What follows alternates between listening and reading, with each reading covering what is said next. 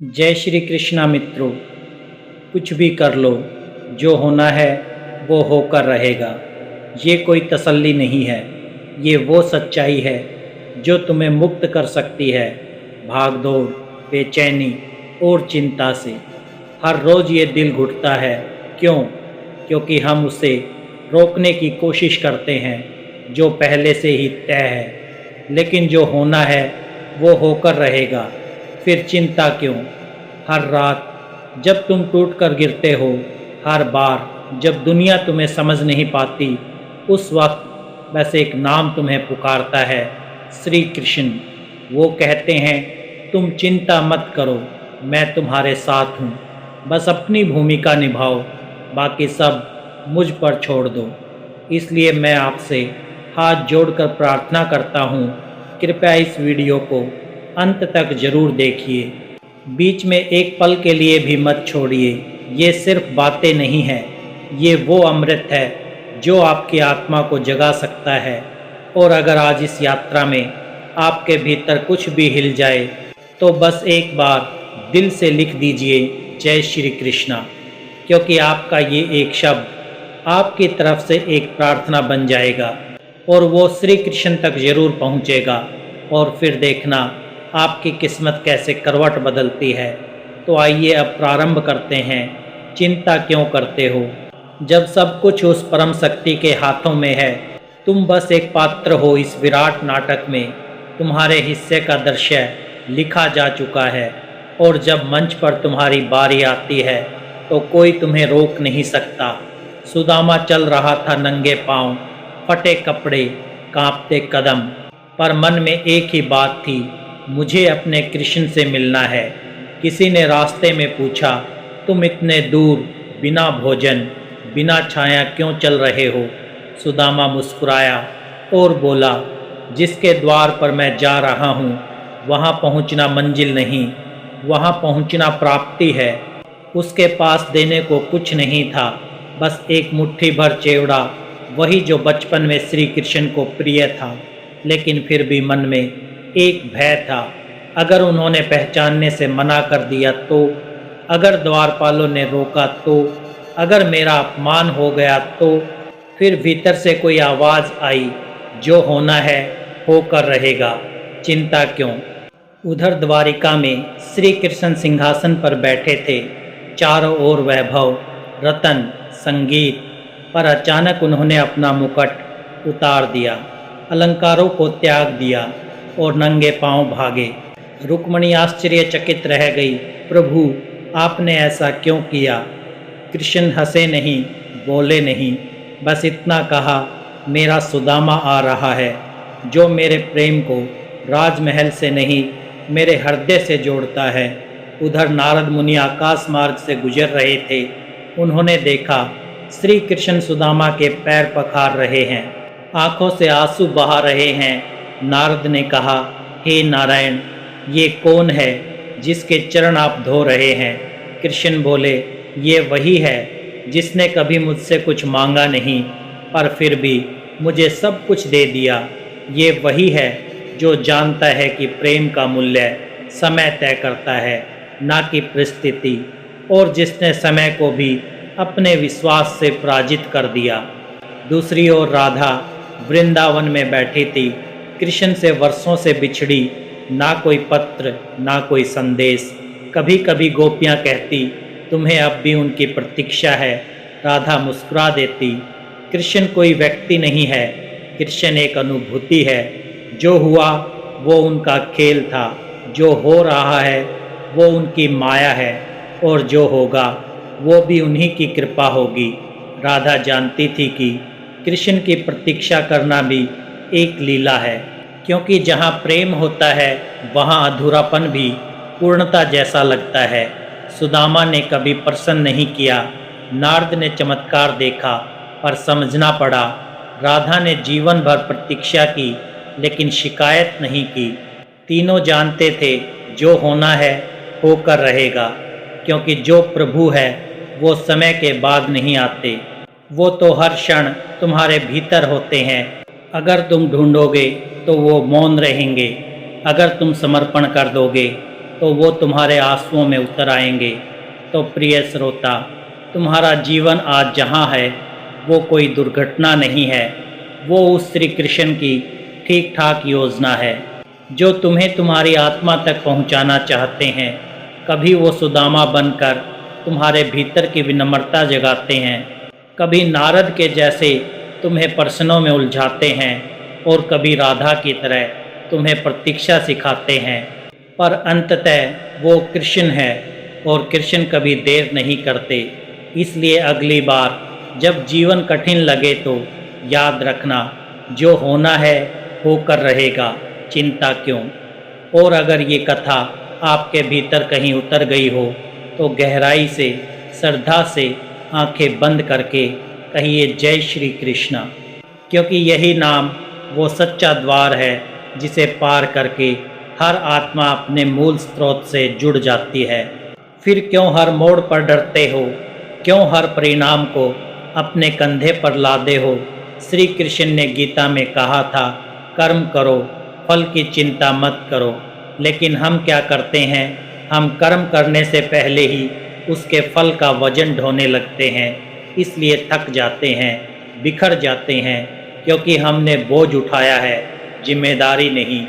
जब अर्जुन युद्ध भूमि में खड़ा हुआ था, उसका शरीर कांप रहा था, हाथ से गांडीव छूट रहा था, आंखें भर आई थी। उसने श्री कृष्ण से कहा, मैं नहीं लड़ सकता प्रभु, अपने ही सगे संबंधियों पर बाण चलाना अधर्म लगता है। श्री कृष्ण मुस्कुराए और कहा, तुम जिसे मारने से डर रहे हो वो शरीर है, आत्मा तो कभी मरती ही नहीं। जो सोचता है कि वो मार रहा है या मारा जा रहा है, वो जानता ही नहीं। आत्मा ना मरती है ना मारी जाती है। तुम किस बात से डरते हो? नौकरी छूट जाएगी, लोग क्या कहेंगे? ये रिश्ते छूट जाएंगे तो क्या? जो होना है वो होकर रहेगा।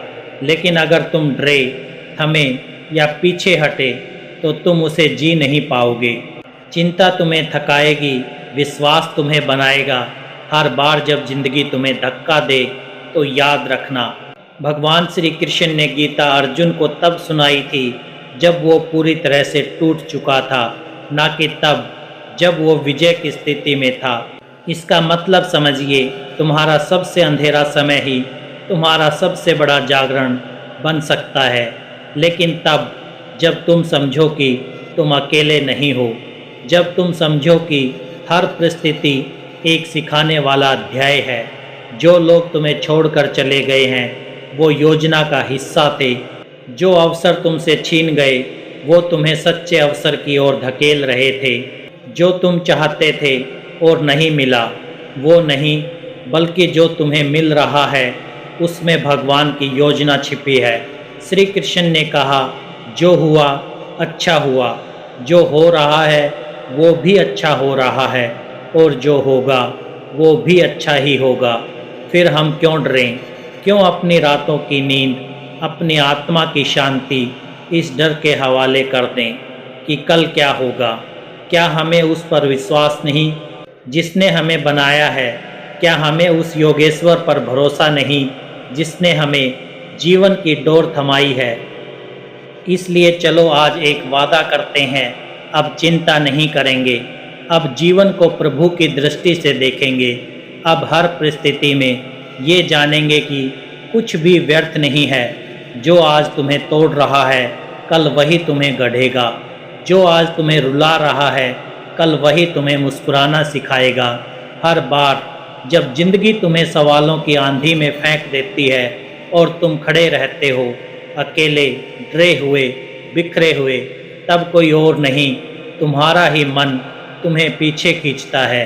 वो कहता है कि अब नहीं हो पाएगा, थक चुका हूँ, बस अब और नहीं। लेकिन उसी क्षण भीतर से एक हल्की सी आवाज़ उठती है, एक मौन जो सब कुछ कह जाता है, और वो कहता है, चल उठ, क्योंकि तू ठहर गया तो तू मिट जाएगा। जीवन कभी भी उन लोगों का साथ नहीं देता जो डर के मारे बैठ जाते हैं। जीवन चलता है उनके साथ जो अनिश्चितता के बीच भी भरोसे के दीप जलाए रखते हैं। और जब सारी दुनिया तुम्हें छोड़ देती है, जब कोई हाथ तुम्हारे कंधे पर नहीं होता, तब वो आता है। तब श्री कृष्ण कहते हैं, तू अकेला नहीं है, तूने मुझे बुला दिया, पर मैंने तुझे कभी छोड़ा ही नहीं। मैं तेरे हर आंसू में था, मैं तेरी हर सांस में था, बस तूने ध्यान नहीं दिया। तुम्हें लगता है तुम्हारा दर्द कोई नहीं समझता, कि तुम्हारी पीड़ा अदृश्य है, तो जान लो, जिसने गीता सुनाई थी, जिसने अर्जुन को उसके जीवन के सबसे कठिन मोड़ पर संभाला था, वो आज भी यही है, उसी मोड़ पर खड़ा है जहां तुमने उम्मीद छोड़ दी थी। जब तुम अपने जीवन में हार मान लेते हो, तब भगवान युद्ध की तैयारी कर रहे होते हैं तुम्हारे लिए, तुम्हारे भीतर। तुम सोचते हो अब कुछ नहीं हो सकता, और वो मुस्कुरा कर कहते हैं, अब सब कुछ यहीं से शुरू होगा। एक बीज भी जब मिट्टी में गाड़ दिया जाता है, तो वो अंधकार में खो नहीं जाता, बल्कि वहीं से उसकी असली यात्रा शुरू होती है।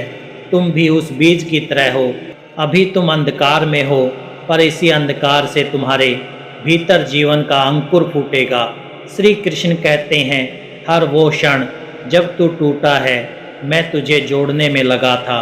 हर वो रात जब तू रोया है, मैं तेरे आंसू समेट रहा था।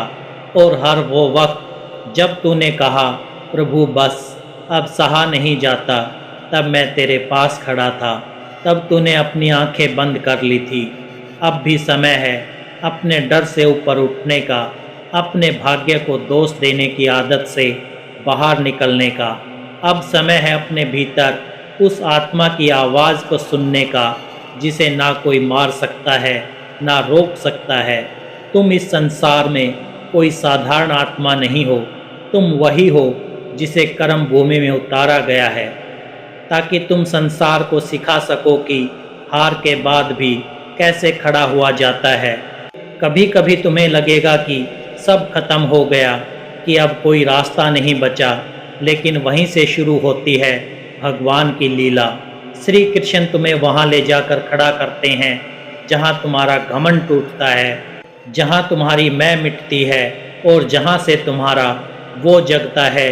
यही वो क्षण है जब तुम भीतर से चुप होकर सुनते हो, ना कोई शब्द, ना कोई विचार, बस एक मौन, और उस मौन में एक दिव्य गूंज, जो होना है होकर रहेगा, चिंता क्यों। जब जीवन की सारी योजनाएं बिखर जाती हैं और तुम्हें लगता है कि अब कुछ भी तुम्हारे वश में नहीं, तो वहीं से शुरुआत होती है श्री कृष्ण की लीला की। तुम सोचते हो कि सब खत्म हो गया, और वे जानते हैं कि अब से सब शुरू होने वाला है। तुमने अपना सब कुछ खो दिया, लेकिन उन्होंने तुम्हारे लिए जो रखा है वो अब तक तुम्हें मिला ही नहीं। तुम्हारी हिम्मत जवाब दे जाती है, लेकिन फिर भी सांसें चल रही हैं। इसका मतलब क्या है? इसका मतलब यही है, तुम्हारा कार्य अभी अधूरा है, तुम्हारी यात्रा अभी बाकी है। और जब तक श्री कृष्ण ने तुम्हारे लिए कोई अंतिम शब्द नहीं कहा, तब तक तुम्हारा अंत संभव नहीं है। वो दिन जब तुम सबसे ज़्यादा टूटा, सबसे ज़्यादा अकेला पड़ा महसूस करते हो, वही दिन सबसे पवित्र था, क्योंकि उसी दिन तुम्हारी आत्मा ने आवाज़ लगाई थी, हे प्रभु अब तू ही है। और उसी क्षण बिना कोई शोर किए श्री कृष्ण आ गए थे। बस तुमने उन्हें अपनी अश्रुओं की धुंध में देख नहीं पाया। तुम जीवन से हार मानने ही वाले थे, लेकिन उसी समय भीतर से कुछ उठा, जैसे कोई कह रहा हो, बस एक बार और, बस एक बार फिर से खड़े हो जाओ। और वह आवाज़ तुम्हारी नहीं थी, वो श्री कृष्ण की थी। श्री कृष्ण कहते हैं, जब तू सबसे ज़्यादा टूटा होता है, तब मैं सबसे ज़्यादा तेरे पास होता हूँ। जब तू रोता है, तो मैं तेरे अश्रुओं को अपनी हथेलियों में ले लेता हूँ। और जब तू कहता है कि अब मुझसे नहीं होगा, तो मैं कहता हूँ अब मुझसे होगा। तुम्हारी विफलताएं तुम्हारा अंत नहीं है, वे तुम्हारे पूर्व जन्म की भूमिका है। भगवान कभी तुम्हें इसलिए गिरने नहीं देते कि तुम मिट जाओ, बल्कि इसलिए गिरने देते हैं ताकि तुम फिर से उठो। लेकिन इस बार एक नई चेतना के साथ तुम सोचते हो कि तुम अकेले हो, लेकिन ये तुम्हारा भ्रम है। अकेले तो वो हैं जो श्री कृष्ण से कट चुके हैं।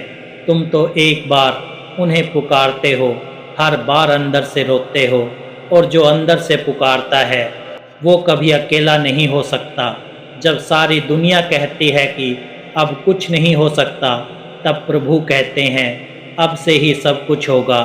जब सब दरवाजे बंद हो जाते हैं, तब वे द्वार खोलते हैं जो पहले कभी था ही नहीं।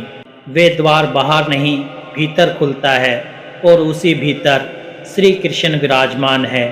अगर आज तुम टूटा हुआ महसूस कर रहे हो तो मुस्कुराओ, क्योंकि यही वो क्षण है जब तुम्हारी आत्मा तैयार हो रही है उस दिव्य आलोक को धारण करने के लिए जिसे दुनिया कृपा कहती है। अब तुम्हें कुछ करने की ज़रूरत नहीं, बस एक बात को भीतर से स्वीकार करने की ज़रूरत है। मैं कुछ नहीं जानता, प्रभु सब तुम्हारा है। जिस दिन ये वाक्य तुम्हारे हृदय की गहराई से निकल गया, उस दिन तुम्हारा पुनर्जन्म होगा, इस बार अहंकार के बिना। श्री कृष्ण कहते हैं जब तू अपने अस्तित्व को मेरे चरणों में समर्पित कर देगा तो मैं तुझे वो बना दूंगा जो तू स्वयं भी नहीं सोच सकता। अब तक जो कुछ भी हुआ वो तुम्हारे हिसाब से हुआ, अब जो होगा वो मेरे हिसाब से होगा। और जब वो होता है जो श्री कृष्ण के हिसाब से होता है, तब जीवन नहीं एक लीला बन जाता है। तो अब निर्णय तुम्हारे हाथ में है। जीवन को अपने मन के मुताबिक जीते रहो और हर बार गिरो, या जीवन को श्री कृष्ण के हवाले कर दो और हर बार उठते रहो। अगर तुम्हारा दिल इस समय थोड़ा भी हल्का महसूस कर रहा है, अगर तुम्हारी आंखें बिना कारण भीग आई हैं, तो समझ लेना वो पास है, बहुत पास है। और जब वो पास हो तो फिर डर कैसा, जो होना है होकर रहेगा, चिंता क्यों। अब जब आप यहाँ तक पहुँचते हैं तो एक बार आंखें बंद करके अपने हृदय की गहराई से पूछिए, क्या मुझे अब भी चिंता करनी है, या मुझे अब उस परम शक्ति की बाहों में खुद को सौंप देना है जिसने अर्जुन को रणभूमि में संभाला था, जिसने द्रौपदी को अपमान की आग से बचाया था, और जो आज इस कलयुग में भी हर उस व्यक्ति के पास बैठा है जो उसे सच्चे मन से पुकारता है। तो कृपया मेरी आपसे हाथ जोड़कर विनती है, अगर इस वीडियो की कोई भी बात आपके हृदय के किसी कोने को छू गई हो तो सच्चे मन से कमेंट में जय श्री राधे कृष्णा जरूर लिखें, क्योंकि ये एक नाम नहीं, एक चेतना है, एक पुकार है जो सीधा प्रभु तक पहुंचती है। और हाँ, अगर आप चाहते हैं कि श्री कृष्ण की ऐसी ही प्रेरणादायक, भावपूर्ण और जीवन बदलने वाली कहानियाँ आप तक लगातार पहुंचती रहें, तो मोटिवेशनल स्पार्क चैनल को सब्सक्राइब जरूर करिए।